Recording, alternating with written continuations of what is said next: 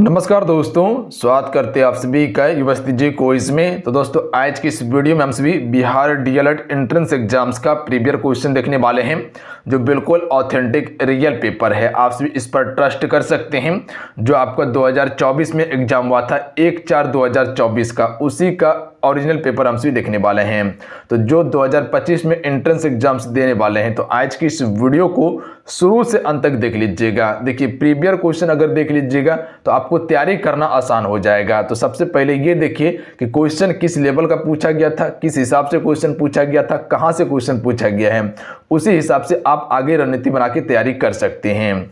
तो शुरू से अंत तक इसे कवर कर लीजिएगा, पूरा क्वेश्चन आपको हम दिखाने वाले हैं। तो चलिए शुरू करते हैं आज की इस वीडियो को। फ्रेंड वीडियो को लाइक जरूर कर दीजिएगा। देखिए आपका एक लाइक मोटिवेट कराता है, तो लाइक जरूर कीजिएगा और अपने दोस्तों में से शेयर जरूर कर दीजिएगा। जो चैनल पर पहली बार आए, चैनल को जरूर सब्सक्राइब कर घंटे को प्रेस कर लीजिएगा, ताकि जब भी क्लास हो नोटिफिकेशन आप सभी को प्राप्त हो सके। तो चलिए शुरू करते हैं। आइए सबसे पहले हम सभी समान हिंदी से शुरू करते हैं। देखिए क्वेश्चन जो पूछा गया था हिंदी में कि धर्मात्मा का संधि विच्छेद क्या होगा। तो याद रखिएगा आप सभी, धर्मात्मा का संधि विच्छेद होता है धर्म प्लस आत्मा। तो संधि विच्छेद से क्वेश्चन पूछा गया है। देखिए अगर किसी भी क्वेश्चन का आंसर पता हो तो अपना आंसर आपसे नीचे कमेंट बॉक्स में बताते चलिएगा, ध्यान दीजिएगा आप सभी। अगला क्वेश्चन है कि समास में कुल कितने पद होते हैं। देखिए यहाँ पर भेद नहीं पूछा गया है। अगर भेद पूछा जाए तो 6 भेद मुख्य रूप से होता है। तत्पुरुष समास, अव्ययी भाव समास, द्विगु समास, द्वंद्व समास, कर्मधारय और बहुब्रीहि समास होता है, याद रखिएगा।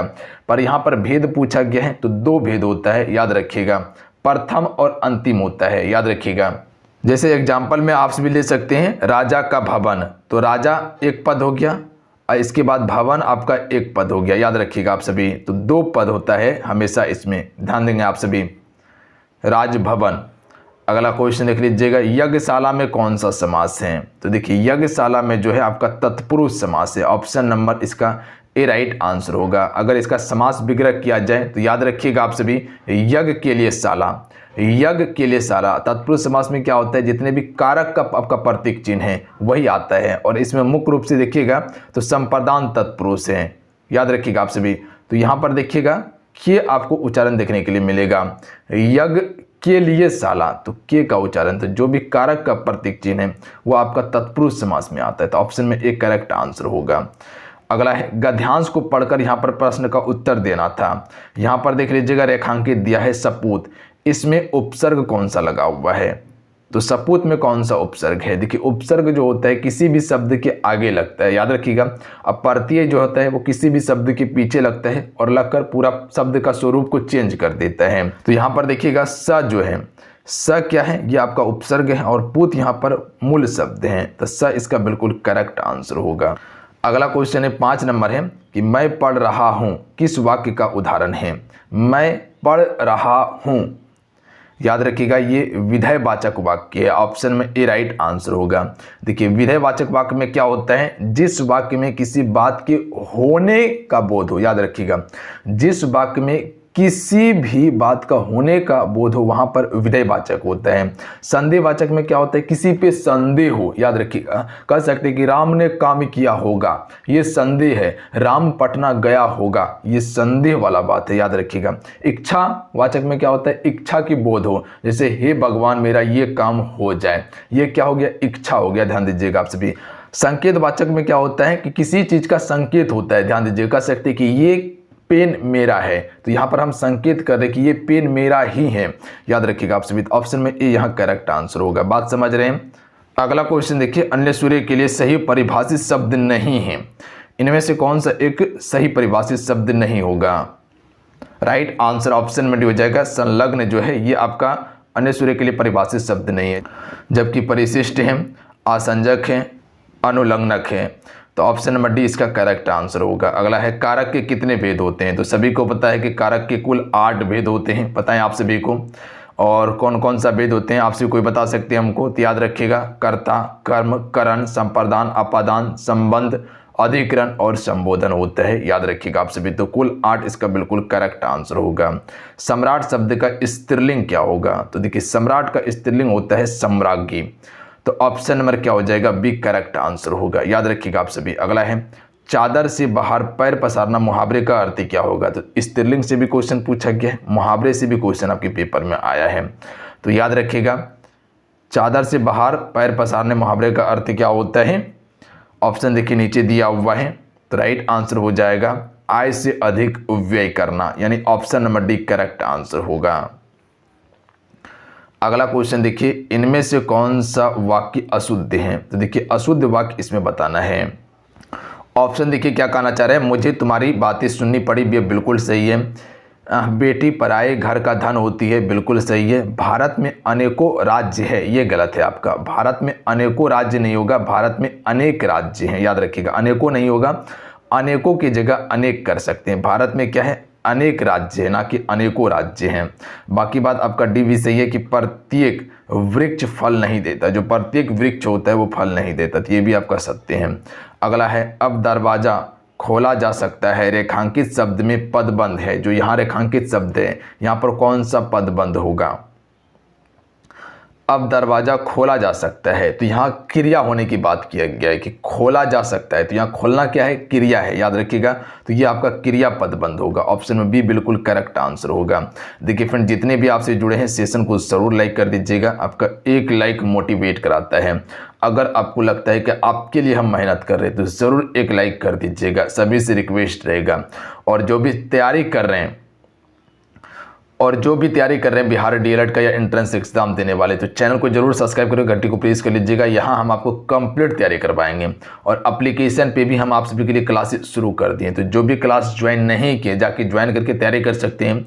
वहाँ बिल्कुल थ्योरी क्लासेस आपको करवाया जाएगा, कॉन्सेप्ट आपको समझाया जाएगा कि प्रश्न आपको कैसे बनाना है। थ्योरी कंप्लीट होगा तो प्रश्न ऑटोमेटिक आपसे बनाना शुरू कर दीजिएगा कि वाच्य क्या होता है, कारक क्या होता है, संज्ञा किस प्रकार से आपको पहचानना है, कैसे बनाना है, संधि विच्छेद के बारे में, ये तमाम चीज़ पर हमसे चर्चा करने वाले हैं। जैसे कह सकते हैं कि अलंकार में फंस जाते हैं, रस और छंद में फंस जाते हैं, तो वो चीज़ हम आपको एप्लीकेशन पे बिल्कुल थ्योरी क्लास में कंप्लीट करवा देंगे।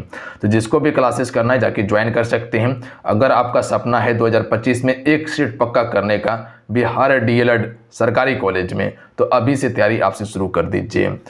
एप्लीकेशन का लिंक डिस्क्रिप्शन में प्लस में कमेंट बॉक्स में, अन्यथा डायरेक्ट आपसे प्ले स्टोर पे जाइएगा, युवा शक्ति जी की कोई सर्च कर लीजिएगा, उसके बाद आप डाउनलोड करके रजिस्ट्रेशन करके ज्वाइन कर सकते हैं। अगला है, वाच्य का शाब्दिक अर्थ क्या है। अगला क्वेश्चन देखिए, वाच्य का शाब्दिक अर्थ क्या होता है। तो बोलने का विषय, याद रखिएगा आप सभी, option number B correct answer होगा। अगला है, तुमसे बोला नहीं जाता, वाक्य किस वाच्य का उदाहरण है। देखिए तुमसे बोला नहीं जाता, यहाँ पर भाव को बतलाया जा रहा है कि तुमसे बोला नहीं जा रहा है, तो ये आपका भाव वाच्य का होगा। Option number C correct answer होगा। इसमें भाव की प्रधानता होता है। कृत्यवाच्य में क्या होता है, जो कर्तरी वाच्य होता है, इसमें कर्ता की प्रधानता होता है। कर्मवाच्य में कर्म की प्रधानता होता है। अगला क्वेश्चन देखिए, सूर्य अस्त हो गया है, इस वाक्य में विभिन्न लोगों के द्वारा जो अर्थ ग्रहण किया जाता है वह होगा। तो इसमें व्यंजना शक्ति द्वारा होगा। ऑप्शन में बी करेक्ट आंसर होगा, व्यंजना शक्ति द्वारा। अगला है, कुंभकर्ण निद्रा सोने वाले को श्वान निद्रा सोने वाला कहा गया है, इस कथन में शब्द शक्ति है। अगला क्वेश्चन देखिए, कुंभकर्ण निद्रा सोने वाले को श्वान निद्रा सोने वाला कहा गया है, इस कथन में शब्द शक्ति है। तो ध्यान दीजिएगा, आप सभी ऐसा प्रश्न नहीं पढ़े होंगे तो थोड़ा सा इस पे दिक्कत हो सकता है आप सभी को। तो इसमें आपका व्यंग्यार्थक शब्द होगा।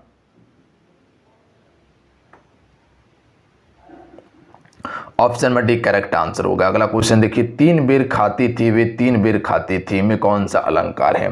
देखिए अलंकार जब तक थ्योरी क्लास नहीं कीजिएगा, कुछ कॉन्सेप्ट है अलंकार का, कुछ ट्रिक है, वो चीज़ नहीं समझिएगा तो अलंकार नहीं बना पाइएगा, कन्फ्यूजन कर देगा। प्रश्न याद करने से अलंकार नहीं बनता है, ध्यान दीजिएगा आप सभी।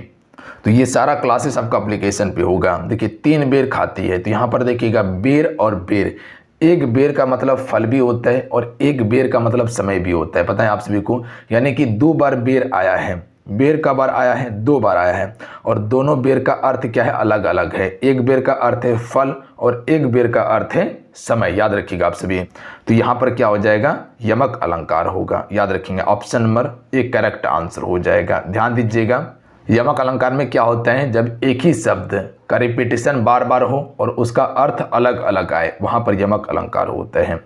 अगला है अलंकारों का शिरोरत्न डैश को माना जाता है। तो अलंकारों का शिरोरत्न जो माना जाता है वो आपका उपमा अलंकार को माना जाता है। ऑप्शन नंबर 1 करेक्ट आंसर होगा।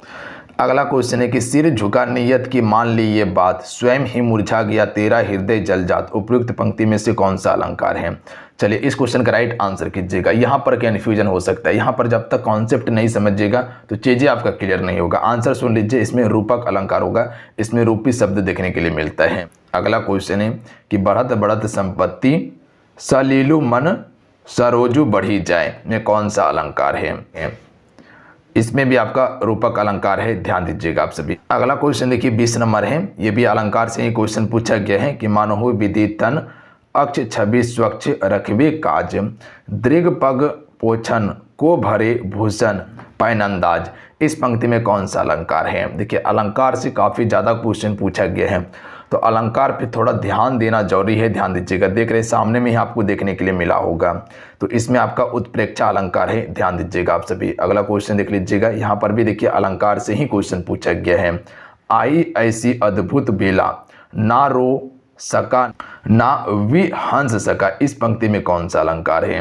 तो याद रखिएगा इसमें विरोधाभास अलंकार है, इसमें विरोध दिखाता है, ध्यान दीजिएगा। ऑप्शन में डी करेक्ट आंसर होगा। क्या बोला गया, आई हंसी अद्भुत बेला, हंसी की बेला आया है, ना रो सका ना हंस सका। याद रखिएगा इसमें विरोध की बात किया गया, ना हंस सका ना रो सका, विरोधाभास अलंकार होगा। अगला क्वेश्चन देखिए 22 नंबर में है कि तगन में कितने लघु और गुरु वर्ण होते हैं।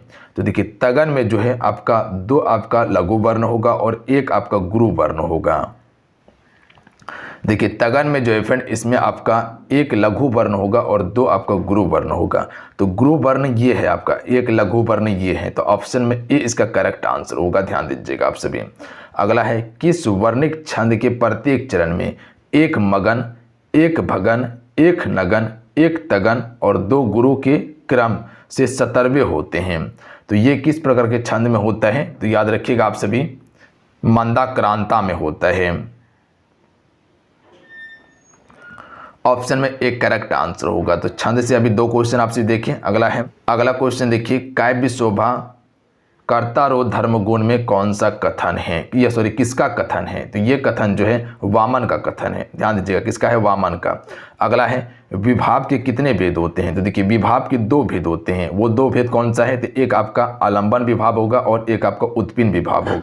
अगला सेक्शन देखिए विज्ञान से देखते हैं, और पहले विज्ञान को कंप्लीट कर लेते हैं, उसके बाद फिर आगे हम कंप्लीट करवाएंगे। देखिए 51 नंबर से शुरू होता है कि पौधे की नस्लों में सुधार कराने के लिए लक्ष्य उत्पादित करना क्या कहलाता है। तो ध्यान दीजिएगा, रोग मुक्त प्रजाति प्लस में अधिक उपज देने वाली प्रजाति और शीघ्र परिपक्व होने वाली प्रजाति, तो ये सभी हो जाएगा, ध्यान दीजिएगा आप सभी। अगला क्वेश्चन देखिए, क्वेश्चन नंबर 52 है कि कौन सा जो है कि द्विक्षारकीय अम्ल है। तो देखिए द्विक्षारकीय अम्ल जो है ऑप्शन नंबर डी हो जाएगा, H2SO4 है। ऑप्शन नंबर डी बिल्कुल करेक्ट आंसर होगा। और त्रिक्षारकीय जो होता है वो H3PO4 होता है। तो ऑप्शन नंबर बी वाला जो है ये त्रिक्षारकीय है। अगला क्वेश्चन देखिए, क्वेश्चन नंबर 53 है कि कौन सा प्रोपेनोइक अम्ल है। तो प्रोपेनोइक अम्ल जो है ये आपका ऑप्शन में बी वाला बिल्कुल करेक्ट आंसर होगा। अगला है मिट्टी का घर गर्मियों के मौसम में ठंडा तथा जाड़ों के मौसम में गर्म होते हैं, क्योंकि मिट्टी उष्मा का डैश होता है। तो मिट्टी उष्मा का कुचालक होता है। बिल्कुल कह सकते हैं कि इजी नॉर्मल क्वेश्चन है, ज़्यादा कोई हार्ड क्वेश्चन नहीं पूछा गया है। अगर बेसिक आपका क्लियर है तो आराम से साइंस का प्रश्न को बना सकते हैं। हिंदी में थोड़ा सा कठिन प्रश्न है, थोड़ा सा वहाँ पर फोकस आपको करना होगा। बाकी बात एवरेज अगर आप सभी साइंस को और उसके बाद सोशल साइंस को लेकर चलिएगा तो आराम से प्रश्न को बना सकते हैं, और उसके बाद जो कि रीजनिंग और मैथमेटिक्स को कहीं कोई दिक्कत नहीं होगा आप सभी को। अगला क्वेश्चन देखिए, निम्नलिखित में से कौन व्हिटेकर के वर्गीकरण में अकेशेरुकी जीवों में नहीं है। तो देखिए अकेशेरुकी जीवों में जो नहीं है वो आपका प्रोटोजोआ नहीं है, यानी कि option number D correct answer हो जाएगा। देखिए व्हिटेकर ने जो वर्गीकरण किया था, इसने 7 भागों में वर्गीकरण किया था, और 7 भाग कौन कौन सा था। पहला था एक आर्थ्रोपोडा, याद रखिएगा। दूसरा मोलस्का था। तीसरा एनेलिडस था, जिसे एनेलिडा भी कहते हैं। चौथा आपका इकाइनोडर्मस था, याद रखिएगा इकाइनोडर्मस। उसके बाद 5वां आपका फ्लिंट वर्म था। छठा आपका नीडेरियंस था, और 7वां आपका स्पंज था, ध्यान दीजिएगा, जिसमें कि प्रोटोजोआ शामिल नहीं है। अगला क्वेश्चन देख लीजिएगा, क्वेश्चन नंबर 56 है कि जिन कोशिकाओं में गुणसूत्र के 2 से अधिक पूर्ण सेट होते हैं उसे क्या कहा जाता है, यानी कि वो क्या कहलाती हैं। अगला क्वेश्चन है कि निम्न में से किस ईंधन को पर्यावरण स्नेही माना जाता है, यानी कि पर्यावरण की दृष्टि से अच्छा माना जाता है, तो वह आपका संपीड़ित प्राकृतिक गैस हो जाएगा, जिसे हम CNG भी कहते हैं। क्या कहते हैं? CNG भी कहते हैं। तो ये पर्यावरण दृष्टि से बिल्कुल अच्छी गैस है, क्योंकि ये पर्यावरण को नुकसान नहीं पहुंचाती है और इसमें मुख्यतः जो है कि आपका क्या होता है, मीथेन गैस रहता है और मीथेन का दहन होता है, याद रखिएगा। अच्छा खासा इससे ऊर्जा उत्पन्न होता है, तो इसीलिए जो है कि CNG अभी दिखेगा काफ़ी ज़्यादा आपको प्रचलित में देखने के लिए मिलेगा। इसमें क्या होता है, कार्बन डाइऑक्साइड जो होता है CO2 की मात्रा कम उत्सर्जित होता है, जबकि आपका पेट्रोल डीजल से ज़्यादा उत्सर्जित होता था, पर्यावरण को ज़्यादा नुकसान पहुंचाता था। अगला है, मानव मस्तिष्क निम्नलिखित में से कौन सा भाग बुद्धि और चतुराई का केंद्र है। बिल्कुल आसान प्रश्न है, याद रखिएगा आप सभी। सेरिब्रम, यह आपका बिल्कुल बुद्धि और चतुराई का केंद्र माना जाता है। तो option number A correct answer होगा। हाइपोथैलेमस को हम सभी क्या कहते हैं, पता है आप सभी को? बिल्कुल, ये शरीर के तापमान को नियंत्रित करता है। उसके बाद मेडुला का कार्य क्या होता है, पता है आप सभी को? जैसे कह सकते हैं कि जो हमारा ब्लड प्रेशर होता है, श्वसन होता है, ये सभी को नियंत्रित करने का कार्य करता है।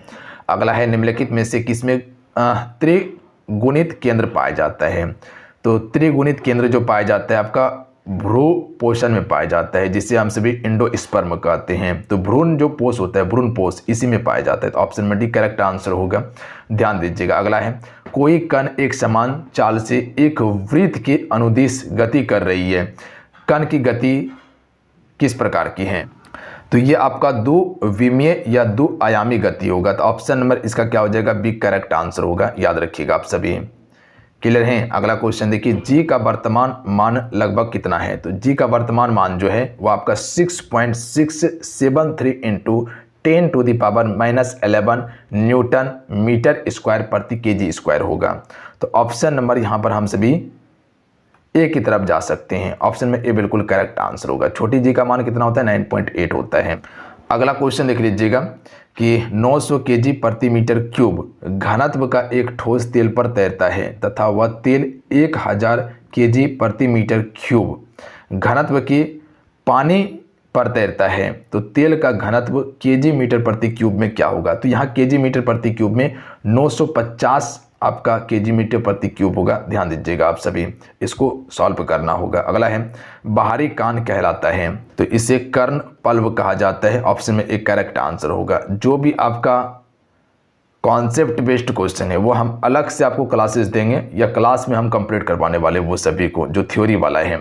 अगला क्वेश्चन है कि निम्नलिखित में से मिट्टी के कटाव का प्रमुख कारण क्या है। तो जो मिट्टी जो कटता है इसका प्रमुख कारण जल होगा, और इसको रोका कैसे जा सकता है, वन लगाकर रोक सकते हैं। अगला है, पृथ्वी के वायुमंडल में कार्बन गैस की मात्रा कितनी होती है। देखिए, वायुमंडल में नाइट्रोजन 78% है, ऑक्सीजन 21% है, कार्बन डाइऑक्साइड 0.03% है, याद रखिएगा आप सभी। या इसको हम सभी 0.003% भी कह सकते हैं। तो ऑप्शन में ए यहाँ पर करेक्ट आंसर होगा, क्योंकि आयोग यही आंसर लिया है, याद रखेंगे आप सभी। हालांकि मूल रूप से याद रखिएगा 0.03%, पर आयोग जो है कि यही माना है 0.003%। तो ज़्यादा दिमाग आपको नहीं लगाना है, ठीक है, बात समझ रहे हैं। अगला क्वेश्चन देख लीजिएगा, प्रथम पृथ्वी सम्मेलन का आयोजन कहाँ किया गया था। तो रियो डी जनेरियो में किया गया था। कब हुआ था, 1992 में हुआ था। डेट को याद रखिएगा आप सभी। अगला है, सलाल जल विद्युत परियोजना भारत के किस राज्य केंद्र शासित प्रदेश में है। तो देखिए, सलाल जो है ये आपका कश्मीर में पड़ता है, यानी कि option number D correct answer होगा। प्रतिरोध का सूत्र क्या होता है। तो प्रतिरोध का सूत्र होता है R = V/I। R क्या है आपका पता है, प्रतिरोध होता है, और V जो होता है ये विभवांतर होता है, और I क्या होता है, विद्युत धारा होता है। तो यानी कि हो जाएगा प्रतिरोध बराबर हो जाएगा विभवांतर बटा विद्युत धारा होगा। स्विच लगाए जाते हैं, तो देखिए स्विच जो लगाए जाते हैं गर्म तार में, याद रखिएगा आप सभी, गर्म तार में लगाए जाते हैं। स्विच का कार्य क्या होता है, तो ऑफ ऑन करना होता है। अगला क्वेश्चन देख लीजिएगा, यानी कि लाइट को काटना, लाइट को चालू करना। सरल सूक्ष्मदर्शी में किसका उपयोग किया जाता है। जो सरल सूक्ष्मदर्शी देखें आप सभी नहीं देखे होंगे, ध्यान दीजिएगा, इसमें उत्तल लेंस का उपयोग किया जाता है। किस लेंस का, उत्तल लेंस का। देखिए उत्तल लेंस जो होता है इसका फोकस दूरी जो होता है फ्रेंड वो धनात्मक होता है, याद रखिएगा धनात्मक होता है उत्तल लेंस का। और उत्तल लेंस का प्रयोग किस में करते हैं, दूरदृष्टि दोष में, यानी कि दूर की वस्तु दिखाई देती, नज़दीक की वस्तु नहीं दिखाई देती, तो उसके लिए हम सभी क्या करते हैं, उत्तल लेंस, यानी कि दूरदृष्टि दोष में उत्तल लेंस और निकट दृष्टि दोष में अवतल लेंस का उपयोग करते हैं, याद रखिएगा आप सभी। अगला आपका टॉपिक हो जाता है सामाजिक अध्ययन का। क्वेश्चन देखिए, इसमें पूछा गया था कि फ्रांस की क्रांति के समय वहाँ का राजा कौन। देखिए, फ्रांस का जो क्रांति हुआ था 1789 में हुआ था, याद रखिएगा। और इस समय जो राजा था वो लुइस 16वां था, याद रखिएगा आप सभी। तो यानी option number B correct answer हो जाएगा, याद रखिएगा आप सभी। देखिए, लुइस 16वां जो है ये राजगद्दी पर आपका 1774 में बैठा था। जो फैक्ट बता रहे इस फैक्ट को याद रखिएगा, क्योंकि ये सभी फैक्ट पूछा जा सकते हैं पेपर में। और जो आप लुइस 16वां देखते हैं, इसको देशद्रोह का आरोप लगाकर 1793 ईस्वी में फांसी पर लटका दिया था। और ये किस वंश का राजा था? बुर्बो वंश का राजा था, याद रखिएगा। ये भी क्वेश्चन पूछा गया है एक बार, तो ध्यान दीजिएगा, बुर्बो वंश का राजा था ये लुइस 16वां। अगला क्वेश्चन देखिए, चेरो जनजाति कहाँ रहने वाली जनजाति है? तो मूल रूप से झारखंड में पलामू क्षेत्र में देखने के लिए मिलता है चेरो। भागलपुर वाला क्षेत्र जो है, साहेबगंज वाला जो क्षेत्र है, वहाँ संथाल जनजाति का निवास है। रांची में मुंडा जनजाति ज़्यादा है। अगला क्वेश्चन है कि ग्यूसेप मैजनी ने यंग यूरोप नामक गुप्त भूमिगत समाज की स्थापना की थी। कहाँ पर की थी? तो बर्न में। ऑप्शन में भी करेक्ट आंसर होगा। और ये कब किया गया था? 1833 में। डेट को याद रखिएगा आप सभी। अगला क्वेश्चन देख लीजिएगा। क्वेश्चन है कि जलियांवाला बाग हत्याकांड जांच के लिए सरकार ने किस समिति का गठन किया था? देखिए, 13 अप्रैल 1919 को जलियांवाला बाग हत्याकांड होता है। कहाँ पर? अमृतसर में होता है, याद रखिएगा। जनरल ओडायर के द्वारा आदेश दिया गया था गोली चलाने के लिए, और अंधाधुंध गोली चला था। कई लोग मारे गए थे इसमें, याद रखिएगा आप सभी। और इसकी जांच करने के लिए हंटर समिति का गठन किया गया था। अगला है, भारत में प्रेस का जनक किसे कहा जाता है? तो याद रखिएगा आप सभी, तो जेम्स ऑगस्टन हिकी को जो है कि फ्रेंड याद रखिएगा, भारत का प्रेस का जन्मदाता माना जाता है, याद रखिएगा आप सभी। अगला है, नाथुला दर्रा किस राज्य में है? तो देखिए, नाथुला जो है ये आपका सिक्किम में पड़ता है। ऑप्शन नंबर, जलेपला भी आपका सिक्किम में है, याद रखिएगा आप सभी। अगला है, श्रीलंका की राजधानी कहाँ पर है? तो देखिए, श्रीलंका की 2 राजधानी है, एक आपका प्रशासनिक है, एक आपका आर्थिक राजधानी है। तो प्रशासनिक आपका जयवर्धन पूरा हो जाएगा, याद रखिएगा, जबकि आपका आर्थिक जो हो जाएगा वो कोलंबो हो जाएगा। तो यही क्वेश्चन पूछा गया था, मुख्य रूप से जयवर्धन आपको पूरा ही टिक करना था यहाँ पर। अगला क्वेश्चन देखिए, तालाब पालन प्रणाली के लिए सामान्य मछलियों का चयन किया जाता है, यानी कि जो हम सभी तालाब में उपयोग करते हैं। अगर गाँव घर में रहते हैं तो आप सभी को पता होगा कि तालाब में कौन सा मछली का पालन किया जाता है। जैसे कह सकते हैं कातल हो गया, रेहू हो गया, ब्रिकेट हो गया, ये सभी का पालन हम सभी करते हैं। तो इसमें आपका क्या हो जाएगा? Option number D correct answer होगा। शार्क का पालन किया करते हैं क्या? नहीं करते हैं। तो option number D correct answer होगा। केटालस मछली हो गया, उसके बाद रहू, मेड्रिगल्स हो गया, उसके बाद जो है कि कॉमन क्रॉप्स, और उसके बाद जो है कि ग्रॉस क्रॉप्स हो गया। तो ये सभी का उपयोग इसको हम सभी, और ये मछली जो आपसे देख रहे हैं इसको मूल रूप से हम सभी आम भाषा में ग्लास कप भी बोल देते हैं। अगला देख लीजिएगा, केंद्रमुख एक महत्वपूर्ण लो एस्क खदान है। तो ये कहाँ का खदान है? केंद्रमुख। तो याद रखिएगा, जो केंद्रमुख है ये आपका कर्नाटक का है। अगला है, अंतर्राष्ट्रीय जैव विविधता दिवस कब मनाया जाता है? तो प्रत्येक वर्ष जो है कि फ्रेंड 22 मई को जैव विविधता दिवस मनाया जाता है, याद रखिएगा आप सभी। देखिए, 1993 में ही आपका जो संयुक्त राष्ट्र महासभा है, इसी ने जो है कि जैव विविधता मुद्दे पर बात रखा। उसके बाद जो है कि इसको जागरूक करने के लिए हर एक वर्ष कह सकते हैं कि 22 मई को जैव विविधता दिवस मनाया जाता है। अगला क्वेश्चन देखिए, भारत का प्रथम तेल शोधक कारखाना कहाँ खोला गया था? तो सबसे पहले गुवाहाटी में खोला गया था, जो असम में पड़ता है, याद रखिएगा आप सभी। बरौनी तेल शोधक कारखाना कहाँ है? बिहार में है, और बिहार के बेगूसराय जिला में है। अगला है, कंडाला पतन किस राज्य में? तो कंडाला बंदरगाह जो है ये आपका गुजरात में पड़ता है। अगला है, बिहार का शोक किस नदी को कहा जाता है? तो बिहार से क्वेश्चन पूछा गया है, कोसी को बिहार का शोक कहा जाता है। अगला क्वेश्चन है कि लोकतंत्र में कल्याणकारी राज्य की संकल्पना संविधान के किस भाग में ली गई है? तो लोकतंत्र में कल्याणकारी राज्य की संकल्पना जो है ये आपका लिया गया है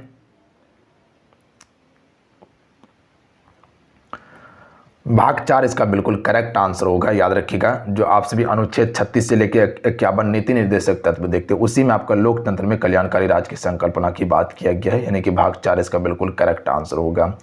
मतगणना का कार्य कौन करता है? तो ये चुनाव आयोग का कार्य होता है, याद रखिएगा आप सभी। देखिए, बिहार से क्वेश्चन पूछा गया है, इस सेट में कम देखने के लिए मिलेगा, पर अगला सेट आएगा तो उसमें देखिएगा बिहार से क्वेश्चन पूछा गया। तो बिहार भी आपके लिए मोस्ट इंपॉर्टेंट है, कम से कम 3 से 4 क्वेश्चन का वेटेज रहता है। और रिजल्ट के लिए ध्यान दीजिएगा, रैंक के लिए हर क्वेश्चन आपके लिए इंपॉर्टेंट हो जाता है। तो एक भी प्रश्न को नहीं छोड़ना है पेपर में, उस हिसाब से आपको तैयारी करना है। लोकसभा को इंग्लैंड में क्या कहा जाता है? तो इसे हम सभी क्या कहते हैं, हाउस ऑफ कॉमन्स कहते हैं। ऑप्शन में सी करेक्ट आंसर होगा। जो ब्रिटेन में संसद का जो केंद्र है, याद रखिएगा, जैसे हम सभी का संसद का क्या है, लोकसभा राज्यसभा है ना, तो राज्यसभा को उच्च सदन कहते हैं, लोकसभा को निम्न सदन कहते हैं। तो उसी प्रकार से हाउस ऑफ कॉमन्स को हम सभी निम्न सदन कहते हैं, जिसमें कि 650 लोग जो है कि बैठता है, याद रखिएगा आप सभी। और हाउस ऑफ लॉर्ड्स जो होता है उसे ऊपरी सदन कहा जाता है। अगला है, निम्न में से कौन सा एक राजनीतिक अधिकार नहीं है। तो देखिए, राजनीतिक अधिकार जो है नहीं है वो आपका किसी धर्म को स्वीकार करने का अधिकार, ये राजनीतिक अधिकार नहीं है, ये बल्कि आपका मौलिक अधिकार है, याद रखिएगा। अनुच्छेद 25 में ये चीज़ का चर्चा किया गया है कि किसी भी धर्म को आप अपना सकते हैं, किसी भी धर्म का प्रचार कर सकते हैं, याद रखिएगा आप सभी। तो वो आपका मौलिक अधिकार है, क्योंकि आप सभी को पता है कि 12 से लेकर 35 तक मौलिक अधिकार है। मतदान का अधिकार ये आपका राजनीतिक है। चुनाव लड़ने का अधिकार ये भी आपका राजनीतिक है, ध्यान दीजिएगा आप सभी। और सरकार की आलोचना करने का अधिकार भी राजनीतिक अधिकार है आपका। अगला है, भारत में नागरिक भागीदारी के प्रश्न का समाधान किस सिद्धांत के अनुसार किया जाता है। तो इसका राइट आंसर ऑप्शन में से हो जाएगा अवसर की समानता। और अवसर की समानता अनुच्छेद 16 में है, यानी कि सभी को समान अवसर दिया जाएगा। अगला है, लोकतंत्र का सर्वोत्तम गुण क्या है।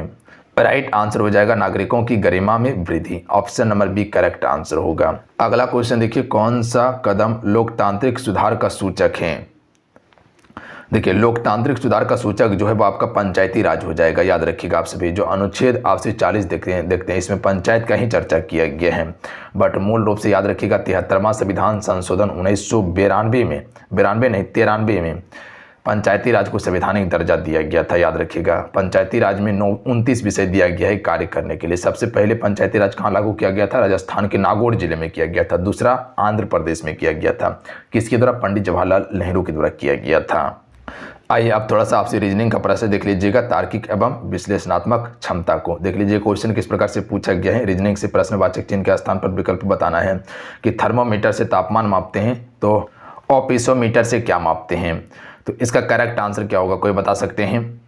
4 ऑप्शन आपके स्क्रीन पे दिया हुआ है, चलिए आंसर कीजिएगा आप सभी। तो इससे रेखाएं मापा जाता है। ऑप्शन में बी राइट आंसर होगा, याद रखिएगा। अगला क्वेश्चन देख लीजिएगा। देखिए, कोडिंग डिकोडिंग से क्वेश्चन पूछा गया था कि यदि किसी कोड भाषा में SOCIETY को OSICYTE लिखा जाता है तो उसी कोड भाषा में GENERAL को किस रूप में लिखा जाएगा। यानी कि सोसाइटी को इस रूप में लिख रहे हैं तो जनरल को किस रूप में लिखेंगे।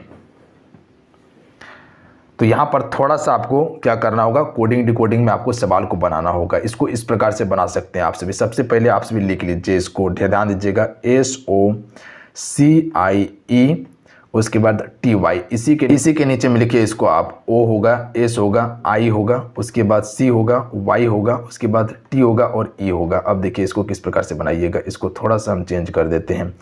यहाँ पर देखिएगा O यहाँ दे दिया है, S यहाँ दिया हुआ है। उसी प्रकार से C यहाँ देखिएगा तो I यहाँ लगाया हुआ है, ठीक है। उसी प्रकार से यहाँ पर थोड़ा सा ये एक अलग पॉइंट हो गया। उसके बाद E यहाँ है, Y यहाँ पर है और इसके बाद T यहाँ पर है ना। तो उसी प्रकार से इसको भी सजाना है। तो यानी कि पहले E आएगा, उसके बाद फिर G आएगा, उसके बाद फिर यहाँ पर क्या आ जाएगा, E आ जाएगा, उसके बाद N आ जाएगा, ये एक हो जाएगा और उसके बाद R सबसे लास्ट में चल जाएगा। तो E सबसे फर्स्ट और R आपका सबसे लास्ट में हो जाएगा। तो ये आपसे समझ गए, बिल्कुल समझ गए। अगर कॉपी में उतारना होगा तो उतार लीजिएगा। उसी प्रकार से इसको भी हम लिखेंगे। सबसे पहले उतार लेते हैं। G हो जाएगा, E हो जाएगा, N हो जाएगा, उसके बाद E हो जाएगा, R हो जाएगा और उसके बाद A हो जाएगा, L हो जाएगा। अब देखिए इसको किस प्रकार से लिखते हैं। तो सबसे पहले हमको E लिखना है, उसके बाद G हो जाएगा, फिर आपका यहाँ पर E हो जाएगा, फिर आपका यहाँ N हो जाएगा। R को यहाँ दे दीजिए, उसके बाद L को यहाँ ला लीजिए, ठीक है। L को यहाँ ला लीजिए और A को बीच में छोड़ दीजिए। बात समझ गए आप सभी। अब देखिए यहाँ पर आपको लेना है EGENLAR हो जाएगा। तो इसका करेक्ट आंसर क्या हो जाएगा, ध्यान दीजिएगा आप सभी। ऑप्शन में एक करेक्ट आंसर होगा, बिल्कुल आसान है। अगला क्वेश्चन देख लीजिएगा। अगला क्वेश्चन देखिए, 1 आरेख से क्वेश्चन भी पूछा गया है। तो 1 आरेख में देख लीजिएगा दिया है कि सोना, आभूषण और चांदी के बीच संबंध बताना है आप सभी को। तो देखिए आभूषण तो सोना से भी बनता है और चांदी से बनता है, यानी कि दोनों आभूषण। तो इसको इस प्रकार से सजा सकते हैं कि कुछ आभूषण जो है सोना का है और कुछ आभूषण चांदी का है। तो ऑप्शन में सी यहाँ पर करेक्ट आंसर होगा। सी नहीं होगा यहाँ पर, थोड़ा सा ध्यान दीजिएगा आपका। हाँ बिल्कुल सी करेक्ट आंसर होगा, तीसरा नंबर। अगला है अंग्रेजी वर्णमाला में अक्षर एस तथा अक्षर जी के मध्य कौन सा अक्षर होगा। तो सबसे पहले एस और जी को जोड़ लीजिए। तो एस जो होता है इसका स्थान क्या है अल्फ़ाबेट में, जैसे कहते हैं ए का स्थान 1 होता है, उसी प्रकार से बी का स्थान 2 होता है, डी का स्थान 4 होता है, तो उसी प्रकार से एस का स्थान जो होगा गिनती करते जाइएगा तो 19 होते हैं। और जी का स्थान क्या होता है तो 7 होता है, गिनती कीजिए A B C D E F G 7 होता है। और इसको 2 से भाग दे दीजिए जोड़ के, तो 26 डिवाइडेड बाय 2 कितना हो जाएगा 13। और 13वां स्थान जो है बाएं से कौन सा हो जाएगा एम हो जाएगा, याद रखिएगा।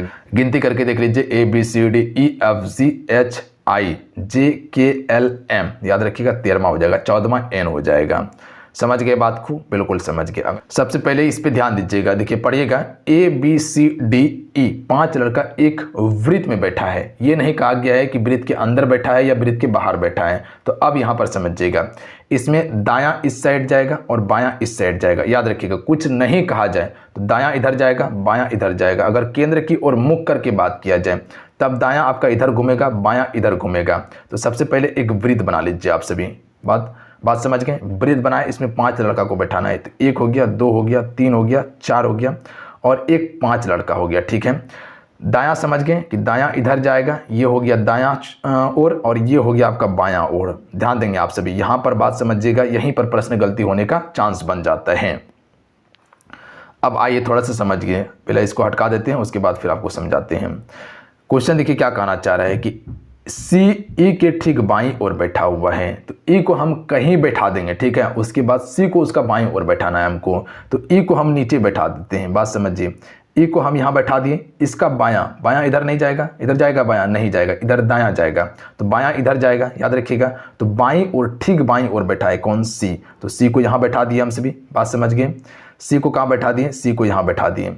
ये वाला पोर्शन आपका कंप्लीट हो गया। अब आगे आइए, देखिए क्या कहा गया है कि ए जो है डी और ई के बीच में है, तो ई यहाँ पर है और डी के बीच में ए बैठना चाहिए। तो अब ई के बीच में तो यहाँ पर देख लीजिए सी बैठा हुआ है, यहाँ तो आपका ए नहीं आने वाला है, ध्यान दीजिएगा आप सभी। अगर डी को हम यहाँ बैठा देते हैं तो यहाँ ऑलरेडी सी बैठा हुआ है तो नहीं बैठेगा, तब किस साइड बैठा सकते हैं, यहाँ पर ए को बैठा सकते हैं और यहाँ पर डी को बैठा सकते हैं। ध्यान दीजिएगा आप सभी, यहाँ पर हम डी को बैठा सकते हैं। तो अब देख लीजिए ई और डी के बीच में ए बैठ गया है ना, बिल्कुल बैठ गया है। तो ये पोर्शन आपका कंप्लीट हो जाता है। अब आगे समझिएगा, कलर थोड़ा चेंज कर देते हैं। अब आगे देखिए आपसे क्या कहा गया है, तो बी और ए के बीच में आपको पूछा गया कौन बैठा है। तो सबसे पहले ए का स्थान यहाँ पर खाली बचा है, तो यहाँ पर कौन बैठा होगा, यानी कि जो बच गया वही बैठा होगा। तो यहाँ पर मेरा डी बैठ गया, ए बैठ गया, ई बैठ गया, सी बैठ गया, तो बी नहीं बैठा है, तो बी यहाँ बैठा दिया हम सभी। ध्यान दीजिएगा आप सभी। तो अब यहाँ पूछा गया था कि बी और ए के बीच में कौन बैठा है, तो बी यहाँ पर है, ए यहाँ पर है, तो डी बैठा है बीच में, तो डी यहाँ करेक्ट आंसर होगा। बात समझ गए। अगला क्वेश्चन देख लीजिएगा, ये मैथमेटिक्स तौर पर ये क्वेश्चन पूछा गया है, थोड़ा सा यहाँ पर ध्यान दीजिएगा। डायरेक्ट इसका आंसर बताते हैं, जब मैथमेटिक्स वाला सॉल्यूशन कराएंगे तो वहाँ आपको डिटेल से बता देंगे, क्योंकि यहाँ समझाना होगा बिल्कुल डिटेल से आपको, तब समझिएगा। क्वेश्चन देखिए कहा गया था कि शहर ए से बी के लिए, छोड़िए आप पढ़ लीजिएगा इसको, यहाँ पर किराया से संबंधित प्रश्न पूछा गया है। तो इसका राइट आंसर जो हो जाएगा वो आपका 13 रुपया इसका बिल्कुल करेक्ट आंसर होगा, यानी कि 13 और 17 हो जाएगा इसका आंसर। तो ऑप्शन नंबर यहाँ पर जो है बी इसका बिल्कुल करेक्ट आंसर हो जाता है कि ए और बी और सी का किराया जो क्रमशः होता है 13 और 17 हो जाता है यहाँ पर। अब आगे देख लीजिएगा, वो छोड़ दीजिए प्रश्न, वो मैथमेटिक्स वाला पोर्शन में हम कंप्लीट करवा देंगे आपको, क्योंकि मैथमेटिक्स से ही संबंधित प्रश्न है। यहाँ पर प्रश्न स्थान के चिन्ह पर आपको बताने कि कौन सा संख्या आ सकता है जो यहाँ प्रश्न स्थान चिन्ह दिया है। जैसे 13, 11, एक बॉक्स में 17, 4 दिया हुआ है, उसी प्रकार से 2, 10, 16, 2 दिया है। तो 6 और 13 और जो क्वेश्चन मार्क है यहाँ कौन सा संख्या आएगा। तो यहाँ पर लॉजिक लगाइए, क्या लॉजिक लगा सकते हैं।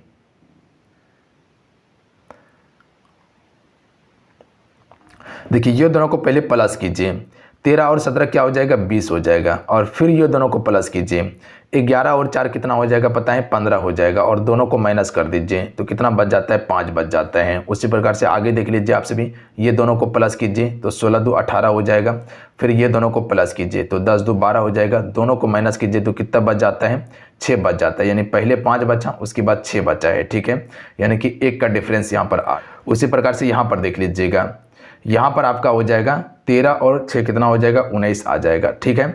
और अब यहाँ 13 में क्या जोड़ा जाए ताकि 5 पूरना चाहिए डिफरेंस में, तो कितना जोड़ा जाए ताकि 5 यहाँ पर पूरे, तो 19 से पहले 5 घटा लीजिए आप, 19 में 5 घटाइएगा तो 14 बचेगा, यानी कि 1 यहाँ पर अगर रखा जाए ठीक है। तो ये कितना हो जाएगा, 13 एक 14 हो जाएगा और 19 - 14 कीजिएगा तो 5 बच जाएगा। तो अब यहाँ पर समझिएगा, एक सेक्शन में ये 5 बढ़ा, उसके बाद ये 6 बढ़ा, फिर 5 बढ़ा और फिर आगे एक सेक्शन रहता तो यहाँ पर 6 बढ़ता। तो ये क्रम यहाँ फॉलो किया गया है। थोड़ा सा यहाँ पर डिफ़िकल्ट सवाल है, तो इसका राइट आंसर ए हो जाएगा। तो यहाँ पर थोड़ा सा दिमाग लगाना है, ये प्रैक्टिस करने के दौरान आपका सवाल हो सकता है। देखिए इसमें क्या है, लॉजिक लगा तो बनाइए, अन्यथा इसको बिल्कुल छोड़ दीजिएगा क्योंकि ये समय बिल्कुल खा जाएगा। देख लीजिए किस प्रकार से लॉजिक लगा है, हालत ख़राब हो जाएगा फिर आपका। तो ध्यान दीजिएगा, अगर लॉजिक लग गया, समझ में एक बार आ गया तो बना के निकल जाना है। इसमें बहुत सारा सीरीज आता है कि प्रैक्टिस इसमें करना होगा, जितना प्रैक्टिस कीजिएगा तभी क्लियर हो पाएगा ये चीज़ें।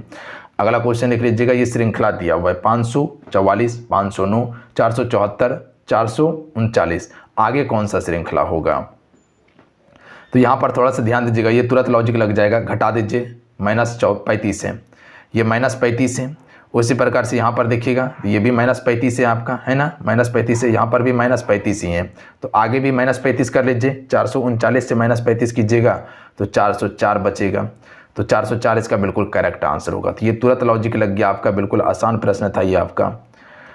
अगला क्वेश्चन लिख लीजिएगा कैलेंडर से कि यदि सोमवार के किसी महीने को 5 तारीख को पड़ता है, यानी कि सोमवार जो है किसी भी महीने की 5 तारीख को पड़ता है, तो उसी महीने में ध्यान दीजिएगा 26 तारीख के 3 दिन के बाद कौन सा दिन पड़ेगा।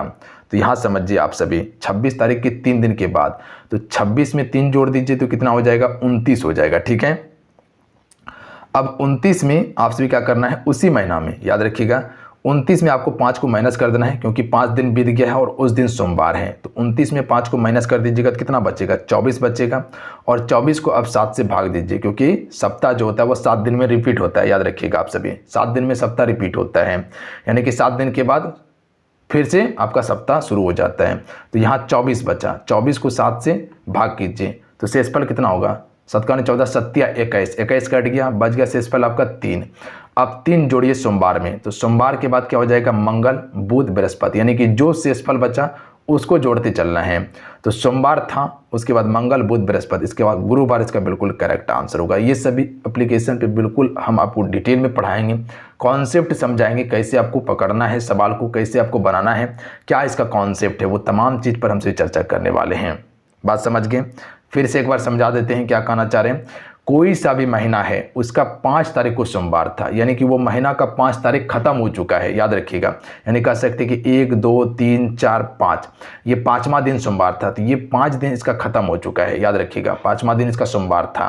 अब उसी महीना का 26 तारीख और 26 तारीख के 3 दिन बाद, तो 26 तारीख हो गया प्लस 3 दिन बाद, तो 3 दिन 26 में जोड़ देंगे तो कितना हो जाएगा, वो 29 तारीख हो जाएगा। ठीक है, 29 तारीख हो जाएगा। तो अब 29 में क्या करना है, हमको 5 दिन घटा देना है क्योंकि 5 दिन पहले बीत चुका है। तो बच जाएगा मेरे पास 24, 24 को 7 से भाग देना है तो 7 या 21 कट गया, बचा मेरे पास शेषफल 3 बचा। तो वही शेषफल जो है वो आपका आगे जुड़ जाएगा। अगर शेषफल नहीं बचता तो क्या हो जाता है, जैसे कह सकते हैं कि यहाँ 24 ना रहकर यहाँ पर 21 रहता, ठीक है, 21 रहता और इसको 7 से भाग देते तो ये पूरा पूरी कट जाता, 0 बचता, तो वो दिन सोमवार ही होता है, याद रखिएगा आप सभी। जो शेषफल अगर 1 बचे तो सोमवार था तो मंगल हो जाता, 2 बचता तो बुध हो जाता, 3 बचा तो गुरुवार हुआ। तो ये आपका गुरुवार बिल्कुल करेक्ट आंसर होगा। बात समझ गए आप सभी। अगला क्वेश्चन देखिए, रैंकिंग से क्वेश्चन पूछा गया है, तो इसको आपसे बनाने का कोशिश कीजिएगा। थोड़ा सा बनाने में इसमें समय लग सकता है, ध्यान दीजिएगा आप सभी। तो वो जब हम रीजनिंग का स्पेशल क्लास करवाएंगे तो उसमें ये कंप्लीट करवा देंगे आप सभी को, ठीक है। तो जो आपका बड़ा सवाल है जहां टाइम कंज्यूम कर सकता है, तो वो सभी सवाल हम जो आपका स्पेशल सेशन आएगा उसमें हम कंप्लीट करवा देंगे, ठीक है। तो सबसे पहले आप सभी ये पेपर को देख लिए, बस यही आपके लिए ज़रूरी था। अब थोड़ा सा मैथमेटिक्स को देख लीजिएगा। मैथमेटिक्स और इंग्लिश का क्लास अभी नहीं करवा रहे हैं क्योंकि ऑलरेडी क्लास बहुत लंबा हो चुका है, तो ये सभी का सेशन अलग से हम ला देंगे। और मैथमेटिक्स का तो स्पेशल सेशन आपको देना होगा क्योंकि इसमें समय बहुत ज़्यादा चाहिए। देखिए यहाँ पर क्वेश्चन देख लीजिए कहाँ से पूछा गया है। अपरमेय संख्या से क्वेश्चन पूछा गया है, यहाँ पर भागफल शेषफल से क्वेश्चन पूछा गया है, उसके बाद एलसीएम एचसीएफ से क्वेश्चन पूछा गया है, समीकरण से क्वेश्चन है, यहाँ बहुपद देख लीजिएगा क्वेश्चन पूछा गया है, बहुपद से फिर क्वेश्चन पूछा गया है, समीकरण से बताए जैसे, उसके बाद रेखीय समीकरण से क्वेश्चन पूछा गया है, समीकरण से बताएं कि क्वेश्चन पूछा गया है। उसके बाद देख लीजिएगा यहाँ पर आपका स्टॉक से भी क्वेश्चन पूछा गया, यानी प्रॉफिट एंड लॉस से क्वेश्चन रहा है, ध्यान दीजिएगा आपसे। परसेंटेज से भी क्वेश्चन है, उसके बाद रेखाखंड से क्वेश्चन पूछा गया है, रेखीय समीकरण से क्वेश्चन है, उसके बाद आधुनिक गणित की परिभाषा पूछा गया है, उसके बाद यहाँ पर देख लीजिएगा त्रिभुज से क्वेश्चन पूछा गया है, उसके बाद यहाँ पर आप देख सकते हैं त्रिभुज ही आपका समबाहु त्रिभुज हो गया, समद्विबाहु त्रिभुज, समकोण त्रिभुज, ये सभी से क्वेश्चन पूछा गया है। यहाँ पर थोड़ा सा आपसे ध्यान दे दीजिएगा किस किस टॉपिक से क्वेश्चन पूछा गया, उसी हिसाब से तैयारी कीजिएगा। स्पेशल सेशन जब देंगे, जब एक एक करके कंप्लीट करवाएंगे तो वहाँ सारा चीज़ आपको हम पढ़ा देंगे, ठीक है। ये सभी सब्जेक्ट जो है वो आपको दूसरे सर पढ़ाने वाला है, क्योंकि ये मेरा टॉपिक नहीं है, ये मेरा सब्जेक्ट नहीं है, इसीलिए वो क्लासेस आपका अलग से आएगा, इंग्लिश का और उसके बाद जो है कि आपका मैथमेटिक्स का, ठीक है। बात समझ रहे हैं आप सभी। पर क्वेश्चन आपको पूरा दिखा देते हैं, यहाँ देख लीजिएगा। ट्रिगोमेट्री से क्वेश्चन आया हुआ है, साइन थीटा कोस थीटा से, है ना। उसके बाद जनरल इंग्लिश को देख लीजिएगा। देखिए यहाँ सेंटेंस से क्वेश्चन आपका पूछा गया है, चेंज द सेंटेंस से क्वेश्चन भी है आपका, तो ये थोड़ा सा देख लीजिए, आप सभी समझ में आता है तो ठीक है, इसका क्लास आपको मिल जाएगा। देखिए वर्ब एडवर्ब से क्वेश्चन आया हुआ है आपके पेपर में, तो ये सभी टॉपिक मोस्ट इंपॉर्टेंट है जो आपको पढ़ना होगा। बात समझ रहे हैं। फिल अप द ब्लैंक से क्वेश्चन पूछा गया आपका।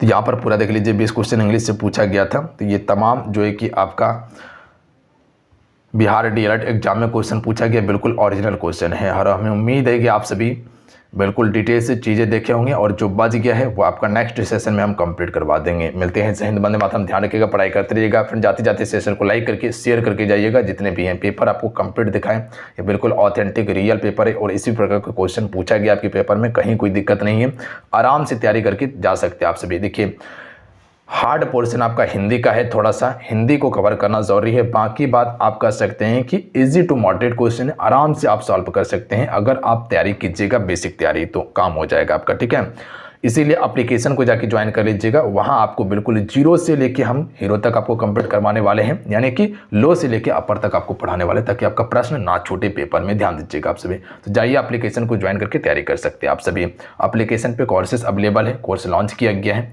जाके ज्वाइन कर सकते हैं आप सभी। मिनिमम फी में हम तैयारी करवा रहे हैं आपको, ताकि आप एक सीट पक्का कर सके सरकारी कॉलेज में। जो सपना है आपका, वो सपना पूरा कर सके डीएलएड करके टीचर बनने का। तो जाइए आपसे ज्वाइन कीजिए। जय हिंद, वंदे मातरम।